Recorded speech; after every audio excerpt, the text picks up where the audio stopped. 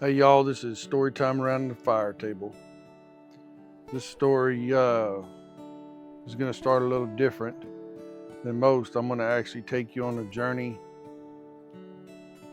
getting to where we were hunting. So I live down south of San Antonio, and me and a buddy of mine, we used to hunt day leases where you just paid by the day to have the hunting rights for a couple of days at a time.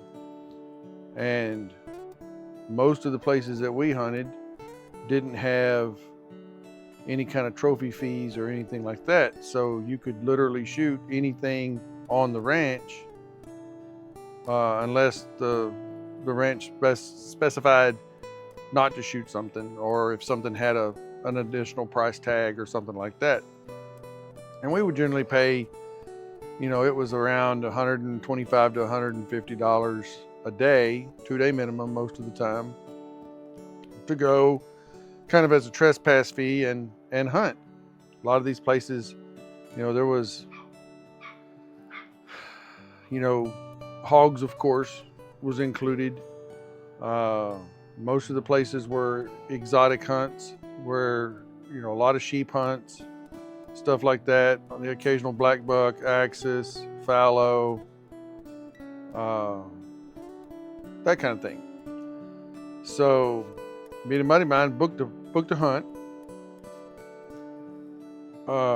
Like I said, we live south of San Antonio, and so we booked a hunt out close to Del Rio, which basically go up to San Antonio, hook a left on Highway 90, go out through Uvalde towards Del Rio. If anybody wants to look it up on a map, this place was in a little bitty community called Carter Valley, is where this place was that we were hunting. So we decide, my truck's bigger, we're going to take my truck. So we load all of our gear up. Luckily, in the, kind of early in the afternoon, and we take off, get up through San Antonio, get out past Hondo, and we get around a little town called D'Hanis. It's getting dark, and my brakes go out. I have no brakes on my truck at all. So what do? So I pull the handle on the emergency brake and gently use it to slow us down and stop the truck. Well, I know there's nothing I can do this late already. It's already after 6 o'clock. There's not any auto repair stores still open or anything like that out in the middle of West Texas. It's just doesn't happen. Nor not back then anyway. So I literally use the emergency brake from D'Hanis through Sabinal, through Uvalde, and my buddy's father-in-law had a lease on a piece of property west of Uvalde, and they had a camp house, and so we decided we would stay there for the night, especially since we didn't have any brakes on the truck. So we make it to the camp and everything, and the next morning when we got up, he's like, there's a mechanic shop, there's a big gravel pit on this place, and there's a mechanic shop, and I bet you them guys are working today. I said, okay, because it was a Thursday when we left, so it's Friday morning. We normally hunt Friday noon to Sunday noon was our 2 days. So you get 2 mornings, 2 evenings type of deal on these day hunts, Friday noon to Sunday noon. And so anyway, he's like, there's a mechanic shop down in that gravel pit. Let's run down there and see if see if we can find some brake fluid, because I think that's all the thing that's wrong with it, it's just out of brake fluid. So we do. It was a little treacherous going down that hill into that gravel pit, but we got down there, and sure enough, mechanics, everybody was there. There was a lot of people around and stuff. Talked to one of the head mechanics there and stuff, and say, hey, y'all got any brake fluid around or whatever stuff. He gave us some brake fluid. We got the brakes bled out, everything, got the truck running back on the road. So we take off out of there, I don't know, mid-morning, heading towards Del Rio. Well, to get to Carter Valley, you take a right off of Highway 90 before you get to Del Rio. And we're pretty close to the border. I mean, you can look it up on a map. It's relatively pretty close to the border. And so we hang a right on this little county road. We're going down through there, and up ahead of us, we see a ginormous rattlesnake crossing the road. I mean, he's big. He's probably pushing 6 foot or better, and he's really, really big around. So we slow down and whip it off the side of the road on the left-hand side. There ain't no traffic out there and nobody out there. And in the ditches on all these roads out here in West Texas and stuff, especially when you're down close to the border like that, there's almost like a secondary road along the edge of the fences that the Border Patrol run on and stuff. They keep them not graded or anything and stuff, but they keep them traveled enough so that there's just fresh dirt and they can see any tracks of anybody that has crossed that fence and was going to cross that road, because they're going to make footprints in that dirt. So the Border Patrol, they drive off in the ditch there between the highway and the fence and on their own little road. So it's wide open. I mean, there's no grass or anything. So grass right on the side of the road there on the embankment, going down towards where that fence was, but there's not any, it wasn't big, wasn't high grass or anything. So we get there, we pull off the road, jump out of the truck, and we're running around looking for this snake, because we're bound to determine we're going to catch this snake. And all of a sudden we hear something, look up, and it's Border Patrol. Oh crap. He gets out of his truck and he starts walking over towards us. He says, what are you boys doing? So we're looking for about a 6-foot rattlesnake. That young man flipped inside out and was back in that truck, said, good luck, left. He was gone. Didn't ask us who we were or anything stuff. Once we said there was about a 6-foot rattlesnake right there, he wanted no part of it. He left. So, a couple of interesting things on our way to this ranch to go hunt out there. Stuff happened on the way. We never did find that snake, by the way. Anyway, so we get to the ranch and meet the ranch manager, the owner, or whoever he was. Meet him and everything. He gets us settled into the camp. We get everything unloaded and stuff. He's like, okay, let me drive y'all around and we'll talk about the animals and we'll talk about, where I see animals and, what the plan is for the weekend. We said, sounds good, So we're driving around with this guy and he's showing us, and he's got some sheep and goats and stuff, but he's got a pretty healthy herd of axis deer. And that was on my bucket list. I wanted to shoot a decent axis. It didn't have to be a monster, but a decent one, I mean, the magic number for axis on horn length is 30 inches. That's what you try to get, something at least 30 inches. So anyway, we're riding around and so I asked him about these axis deer. Oh yeah, you might get a shot, but you're gonna have to be able to shoot 30, 40 plus yards and stuff. You're gonna have to get way off the road. You're gonna have to hide really good, and all this kind of stuff, and or you're not gonna get a shot at these axis deer. He said they're just too spooky. I said okay. And in my mind, I'm sitting here thinking, challenge accepted, because I've been bow hunting for a long time, and I'm by no means the best. I'm by no means bragging or anything like that. But when you tell me that I'm gonna have to do something in order to get a shot on an animal, I'm gonna challenge that if I feel like that I can do it without taking your advice. So I'm thinking, challenge accepted, here we go. You know, I'm gonna try to shoot me an axis at like 10 yards just to show him that it can be done, you know? So we ride around, and he had a couple stands already set up. We didn't have time to put our stands up that evening before dark. So we go sit in his stands that evening, and he run a tailgate feeder on his truck, corner road by us, stuff like that. So, you know, I think that first evening I saw some sheep, some small sheep. Wasn't interested in anything like that. Shot plenty of sheep all of my hunting career, all these little Barbados and Corsicans and stuff like that. I've shot several of them and just wasn't interested.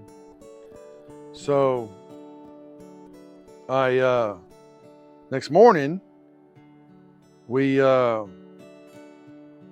went back to his stands, because there again it was dark. We didn't have time to go put our stands up or anything. We said, okay, we're gonna do, you know, we're gonna set in his stands, a couple different ones than we set in the night before. And so we went and sat in his stands, and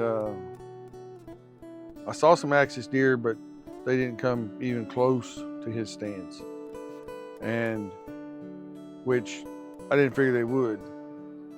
Didn't have anything within bow range actually that evening. So after the morning hunt, go back to camp, pick something to eat, and I told my buddy, I said, hey, let's go put our stands up. I said, I've got a plan. He said, okay. So we get in my truck and we go, and I asked him, I said, hey, didn't that guy say he'll corn by wherever we say? We just put a flag on either end of where we want him to corn, right? He said, yeah. I said, okay. I said, we're gonna hunt. I said, I'm gonna set my stand up literally 200 yards from camp on this road. I said, he said these axes like to walk right by camp. This is right by camp. This is what we're gonna do. So he said, okay. So we go find the thickest cedar tree that we can find. And I got a tripod. We find the thickest cedar tree about 8 or 10 yards off the road that we can possibly find. And I told my buddy, I said, that's the tree right there. And he looked at it and he goes, man, that's thick. I said, that's what I want thick. He goes, it's gonna take a while. I said, that's fine. I said, we go set your stand up first if you want. He's like, nope, let's bury this thing. He says, I know what's on your mind. He said, when that guy told you was gonna have to shoot that axis at over 30 yards, you said, nuh-uh. I said, that's right. So we buried that tripod up in that tree, and I cut a hole to shoot through very meticulously. One hole to shoot out of at that road, about 6 inches in diameter. That's all I had. It's all I could see. I mean, you could vaguely see something coming up the road, but you couldn't really tell anything about it, because that tree was so thick right there in that spot that you couldn't see anything, couldn't tell anything. So we buried that tripod up in there and cut that little hole down through there, and went and hung our flags on either end of where we wanted him to corn. You know, 30 yards one way, 30 yards another way, type of deal. And anyway, we went and set my buddy's stand up and everything, same kind of thing, you know. He's like, oh, I want to be 20 yards. I said, okay, that's fine, you know, whatever. So we go set stand up over there and for him, and go back that evening. I talked to the guy there and told him, I said, I got a stand set up right down this main road right from camp. I said, you'll see a pink flag. Just corn between that pink flag and the next pink flag. That's all I need you to do. He said, okay. So that evening, go get in that stand. And come here, Bonnie. Come here, precious. Oh, Bonnie wants to come and be in the video too. So anyway, we go get in the stands, and about 45 minutes or so later, I hear that truck start up at camp, and here he comes. And he cornered us like he said he would between them flags, and went on around. He'd go all the way around the whole ranch and then come back in a different way to the camp. He didn't have to come back by me, which was good. So it wasn't very long after he left, 15, 20 minutes or so, or whatever, I hear rocks. And so I get ready, clip my release on my bow, and I get ready. And sure enough, Axis doe sticks her head into that hole where I can see her. And as soon as she disappeared, I drew my bow. I said, first Axis with horns that are halfway decent, I'm gonna shoot him. Didn't even care about 30 inches anymore. And I'm gonna shoot this, I'm gonna shoot an Axis at 10 yards or less. So the third deer that stepped into that hole was a buck. And he stepped into that hole, and I pulled the trigger, and that arrow just right through him. They scattered, and they went across the road into the brush away from me. I knew that. That's all I knew, because I couldn't see anything. And so anyway, I waited about 30 minutes or so, 15, 20, 30 minutes, whatever it was, and crawled down out of that tripod and walked back up to the camp house. Told the old boy, because it's hot. I mean, it's summertime. It's warm. We need to get this Axis. We need to get him found quick. And so I walk back up to the camp, and I tell this guy, I said, hey, I shot an Axis. Really? I said, yeah. I said, all right. He said, all right, jump the trucks. We jump the truck and go down there, stuff. I told him where to stop. He's looking and looking. He goes, where's your stand? I said, we'll get to that in a minute. I said, there's blood right in front of the truck. I said, he went across the road back over that way. And it was a little bit of a rise, a bunch of rocks, big rocks and stuff, and kind of an opening right there, actually. And he thought my stand was back over there on the other side of that opening, is what he thought. And anyway, I said, well, Axis ran that away. And he goes, he ran towards you? I said, no. I said, I stand on the other side of the road. He looks, he's like, ain't no way. I said, yeah, it's thick, isn't it? He goes, yeah. I said, okay. So let's go find this deer. So he was just literally 30 yards off the road. He didn't make it out of that clearing. He was just a little bit over that rise over there on the other side of them big ass rocks. So anyway, we get him put back in the truck, and I told him, I said, all right, I said, I want you to try to find my stand. I said, where this blood is on this road, I said, this stand is less than 10 yards from this spot. And he couldn't find it. So I said, all right. I said, I want you to go stand back by your tailgate. I'm gonna go get in the stand, and I want you to walk by. And when I tell you stop, stop.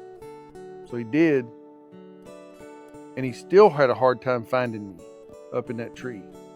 And I told him, I said, look, I said, I kind of took it personal when you said that I was gonna have to shoot this Axis at over 30 yards.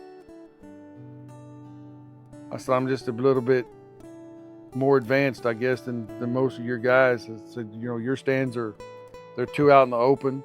They're not hidden enough. I said, if you want to get close to these animals, you got to hide. You got to have the wind in your favor, and you've got to hide. And cedar is one of the best things to hide in. So anyway, he was impressed, and So got me an axis deer, and I can't say I joined the 30-inch club because he was 28 and a half on one side and 29 and a half on the other side. But still a respectable axis. I'll see if I can't link a photo into this video. Night, y'all.